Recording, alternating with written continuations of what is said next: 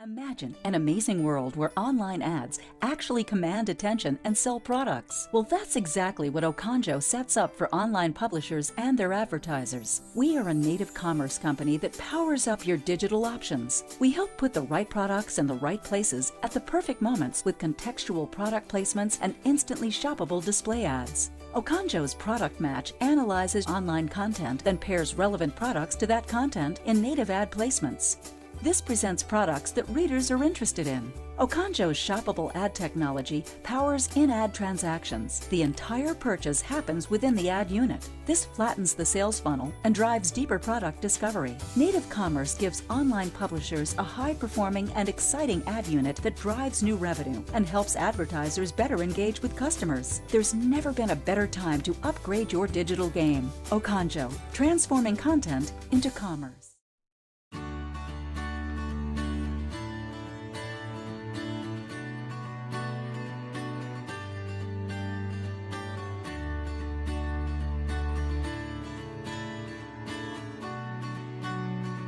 Hi, nice to meet you. I'm Yusuke Nakamura. So today I would like to interview with Okanjo, the brand Chris. So can you, first of all, can you introduce yourself and the company? Yeah, so my name's Chris. I'm the voice of the customer. That's my official role. So my role really entails working with the customers, trying to figure out what's working, what's not working, and then translating that back to the team so that the product can develop and be shaped based on the feedback that we receive. Thank you. So what is your actually companies do? And who is the customer? Yeah, so Okanjo has three main products. Our products really are centered around two different types of customers. One is an online publisher. So anybody that creates content online, that could range from bloggers, it could go all the way up to newspapers or even large media companies like, say, a BuzzFeed. We give them the tools to start working with businesses of all sizes. So we work in a local level from pairing newspapers with the local merchants that are in their market. And then we also work with big national brands and pair them with big national brands. So the best example I could give is if you're reading a BuzzFeed article about shoes, you might see products from Nike appear there. So that's just kind of a conceptual, like what we do. The product itself, what we have to offer is sort of our entry level is a marketplace product. So marketplace would be considered an Etsy maybe, where you can have multiple sellers under the same house. They all have their own profiles, they all have their own stores. But what we found is that that's not enough for somebody that's hoping to do e-commerce well nowadays. So we needed to help them get their products in front of people. I mean, that's the hardest part for any small business owner or any business owner, small or big. So what we did is we took products that are loaded into that marketplace product of ours, and what we do is we take those products and move them out and put them into the content from the publishers that we work with. So not only can you find the product on the marketplace, but you can also see the product when you're reading an article. What we do is we pair it contextually. So if you're reading an article, like I said, about shoes, you might see a local shoe company show up there as well. So taking that a little bit further is we wanted to shorten the sales funnel. So we have the marketplace, now their products are being seen. We want a consumer that is introduced to that product to be able to capitalize and actually complete a purchase without leaving the content. So we power everything with a buy now button. So you can buy right there on the page without leaving. You go from start to finish, you can check out, you get an email that your order's been completed, the seller gets notified, and as I said before, you don't ever leave the content. So it's just really refining the way that people discover products, both from local merchants in local areas, all the way up to big national brands.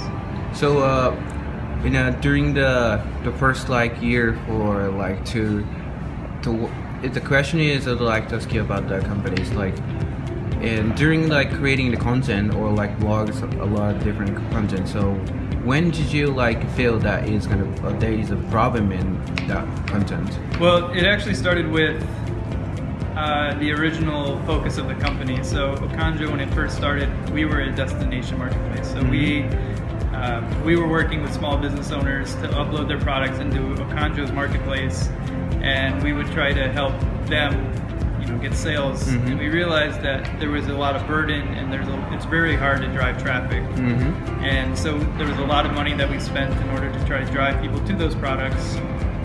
So we started thinking, okay, so if we can't drive traffic easy, where is this traffic? Where are the people?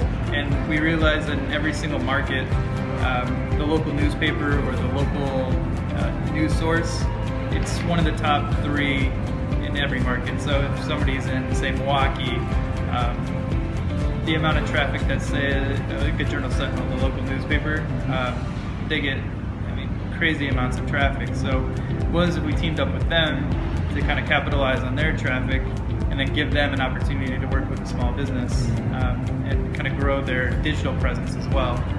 So that's sort of where things started from us. We just started that. We had a direction, we found a problem, and then we kind of pivoted a little bit to kind of solve that problem. So, do you have any when it comes to the business of action flow, in order to create your business? Do you have any particular business action flow? For example, lean startup, PDCA cycle. There's tons of the business action flow. What do you guys have? Yeah, so we use something similar to a lean startup flow.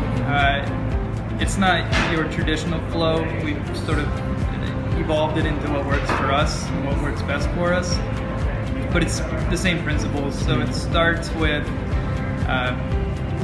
having a direction on the product, getting the first version out there, and then starting to collect feedback and let that feedback shape what we do. So we have a process where we work in 2-week increments. We call them sprints. The development team will, at that time, sort of lay out the groundwork for what's going to be accomplished in those 2 weeks. And then we have a stand-up meeting every morning to kind of track progress and let everybody know from both sides, this is how far I got. I think I'm going to hit the mark. I think it's going to be done in 2 weeks. Or, no, this was a bigger project than I thought it was, so we need to push it back. And we can try to break it down so that we're always finishing sprints in 2 weeks. So no matter if we get everything accomplished that we wanted to in those 2 weeks or not, the sprint ends. So it just kind of gives us a better understanding of how fast and how quickly we can work, so that we can kind of plan more accordingly in the future. So during while you were doing the 2 week sprints, have you ever had the difficulty doing or sort of make sure that you or business why you guys' idea is going well or not? How do we collect feedback or know that what we're doing is going to work? Exactly. Yeah, so that's actually where my title and my role comes into play. So my job in particular is to really understand and know our customers. So that goes on from being a part of the onboarding process of a new customer to communicating with them every day. So we try to find unique ways to always be in contact with the customers that we work with. So one of the cool ways that we've been doing that is we started a Slack channel, if you're familiar with Slack. So it's sort of like an online messaging system, and we can create specific channels. And we created a channel just for our customers so that they can easily talk to us. So one of the interesting things that we found is that nowadays when you interact with a business, more or less, you're probably just going to send a ticket in, like a support ticket. Yeah. And you never know if somebody's going to read that ticket or not. Yeah, true. We took a risk by being so transparent where you can literally message us, and then if you don't get an answer, you can just message everybody, so everybody knows that I didn't answer it. It kind of keeps you humble and keeps you honest, but it's allowed me to quickly answer questions and figure out, okay, so this is a trend. A lot of people are asking the same question, and it's also kind of leveraging our community to help each other as well in a new way. So from a standpoint of collecting data, it's really just taking a step back, answering their questions, but taking a step back and saying, why did they have this problem? So for me, I have different spreadsheets and different documents that I use to kind of track and see trends on what needs to be updated or what needs to be fixed. And so that kind of creates new direction for the company, and it just sort of continues to move a little bit in the direction as more people use our product, the more people have feedback.